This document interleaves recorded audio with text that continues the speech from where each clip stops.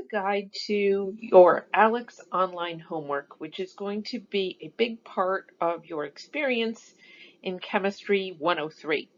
So I really want you to get it right. I want you to get started in a timely fashion, and I want you to be able to be as successful as possible in doing this homework and learning some chemistry in the process, which is the most important thing of all. The first thing you have to do is you have to go to the website, which is www.aleks.com. Once you are there, you want to look for the Sign Up Now button. Okay. After that, you will enter the course code, which you see right here. Once you have done that, you're going to make sure this is in fact the right course. It should be, but if it doesn't say Chemistry 103 Professor Wright, you are in the wrong place and you need to maybe re-enter the course code. Now, some of you might wonder, if you already for some reason have an ALEKS account, why didn't you just log in? Well, the fact of the matter is, if you go through Sign Up Now, it's going to be the easiest to enter the course code. So even if you have an account, go for the Sign Up Now button, enter the course code. Of course, if you don't have an account, which is going to be the case for most of you, you must create an account. And you will be just prompted how to do that. For the first 2 weeks only, you can have free access to ALEKS, and you're going to have to use this financial aid access code, which you see here. The important point here is, while this does give you 2 free weeks, and this is a very nice thing, you don't want to ultimately procrastinate about signing up and paying for ALEKS. You do have to pay for it. I'm not going to give you the financial amounts here. That will be presented to you in a different document. But just keep in mind, you don't want to go for the 2 weeks, let it expire, then try to sign up. That's going to make your life more difficult. So here's basically what all this looks like. As mentioned, you want to go to the Sign Up Now. Once you get to ALEKS, you want to enter the course code in a box that looks like this. You're going to confirm the class information to make sure you're in the right place. And of course, you're going to use this financial aid access code as needed if you want that free 2 weeks as you get your feet wet with ALEKS. Once you have an account, you are now ready to get down to real business. And the very first thing that you're going to have to do is something called an initial knowledge check. This is 30 questions, this initial knowledge check, but what can create some concern for students is whether this counts towards your grade. It does not. It does not count towards your grade. It is merely an assessment of, do you know some math? Do you know some chemistry? I don't want you to get too caught up in it. Try to answer correctly if you have just even a glimmer of an idea about how to approach the problem. You can guess if you want to, but the really important point here is to not dwell on any given problem and to not feel bad if you don't know the question that is being presented to you, because this is material that I'm going to be teaching you. And if you don't have a background in chemistry, or quite frankly, if you have forgotten most of the chemistry you have learned previously, I don't want you to sweat it, bottom line. So that leads us to the point that it is 100% okay to just say, I don't know, which is one of the options you're going to be presented with, and then hit next and just move on. I am emphasizing the fact that you shouldn't dwell on this because ALEKS is a fair amount of work, and I want you to be able to get to the first actual assignment that does count towards your grade, the first real assignment, which is a math prerequisite assignment, which does count towards your grade and is therefore a lot more important than this initial knowledge check. So get through the initial knowledge check in a timely fashion. Pay attention to it, but don't sweat it. This is the be-all and end-all guide to all the due dates of ALEKS for the entire semester. I put a fair amount of work into putting this together for you. I'm nice like that. And I just wanted to do it because ALEKS does have a lot of bells and whistles, and it can take a little bit of getting used to. So I really wanted you to have in front of you what all the due dates are and what's being covered. This is accessible through the program itself, but I think it's nice for you to have this. Note initially, to get you into the ALEKS spirit of things, I'm doing Wednesday and Sunday due dates. For almost the first, let's see here, basically for the first month, until we get to the end of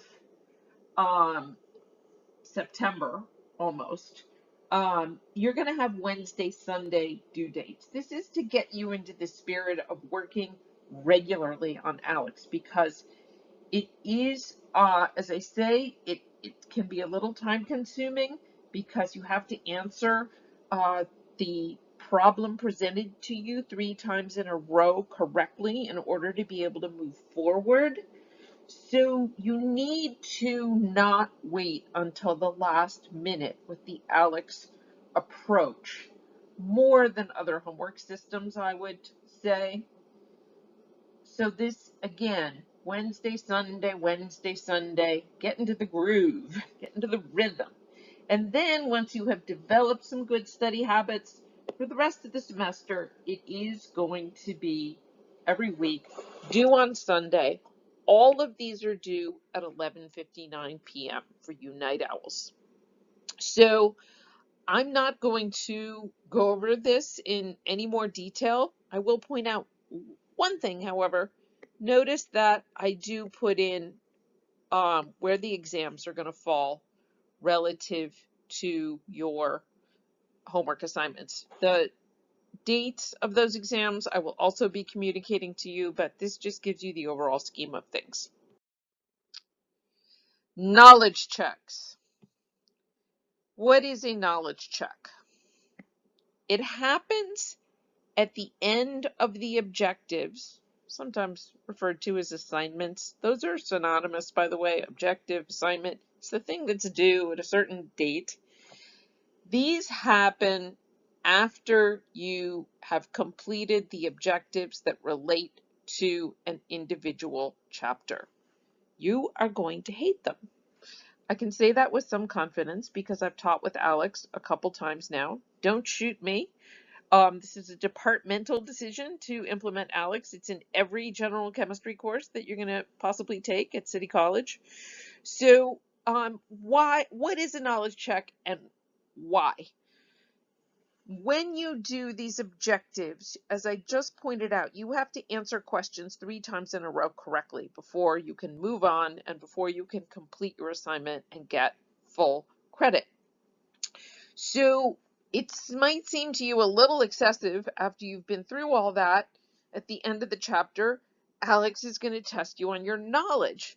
Well, there is a reason for it, and the reason is part of the ALEKS philosophy.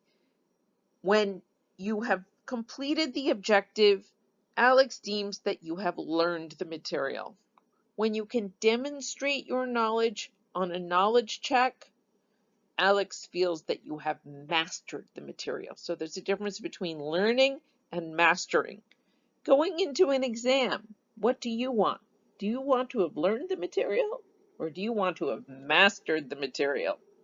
Think you see where I'm going with that. So another important thing about these knowledge checks is, unfortunately, you can lose some of your hard work. You can lose topics from something called your pie, which I will explain in more detail later, and you don't want that to happen. So you need to take the knowledge checks seriously. You need to do them in a timely fashion. But don't lose all hope if you don't do well on a knowledge check and you lose some topics. It's a little bit of a warning sign to you that somehow you're not really assimilating the material.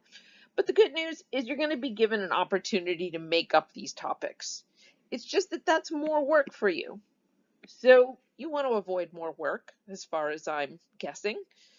Do as well as you can on the knowledge checks. Again, just to remind you, they come after the objective or objectives that cover one complete book chapter. So you can refer back to the slide we just looked at with all the due dates to understand what is covered and when. A word about grading. In the end, your ALEKS grade is actually a combination of these objective grades, so these periodic due dates, and your overall PI completion. Again, you might not understand thoroughly PI yet. I will be explaining this to you again. I can't cover everything right this minute, unfortunately. Just know that it's a combo thing. I'll be explaining this to you in class. I have some liberty of my own, kind of little magic formulas that I might use at the end of the course anyway. So if you need to do some makeup work, though, there are these periodically scheduled open PI periods that will allow you to do some makeup for work not done or PI topics lost. However, do not count on these open PI periods to save your grade. A large portion, in fact, the most important thing to me, is you completing your objectives by the due date and doing as well as possible on those objectives. Do not count on makeup work to allow you to get a good grade, even though your overall progress through the PI will also have an influence on your overall grade. It is absolutely your responsibility to keep up with ALEKS homework. I'm going to try to give you every tool I can to make that happen, but you have to be disciplined. You cannot procrastinate. You have to keep track of the information and the due dates. Do not, as I said previously, wait until the last minute. Work regularly. That's why I did those Wednesday, Sunday due dates in the beginning. Breaking it up into chunks will help you learn better, and I promise you will also lower your stress levels. It's a lot of work. I won't lie to you. ALEKS is a lot of work, but you can get into the spirit of the thing. You really can. That's what you have to do, is to get into the spirit of things. However, if you are struggling, talk to me, and don't wait until the middle of the semester, or God forbid, the end of the semester, to talk to me about your struggles with ALEKS. Not only me, but potentially your recitation leaders can help you too, any kind of tutoring that you're seeking out. So it's going to be a significant part of this course, so please reach out for help if needed. Regarding extensions, I am pretty strict about not giving extensions. However, I am a human being, contrary to popular opinion. No, that's not true. That's not the popular opinion. I'm an actual real live human being who is capable of having sympathy for people. So if you have a genuine emergency or some other significant problem, health, otherwise, you may discuss with me the possibility of an extension during my online office hours, which I will be communicating to you.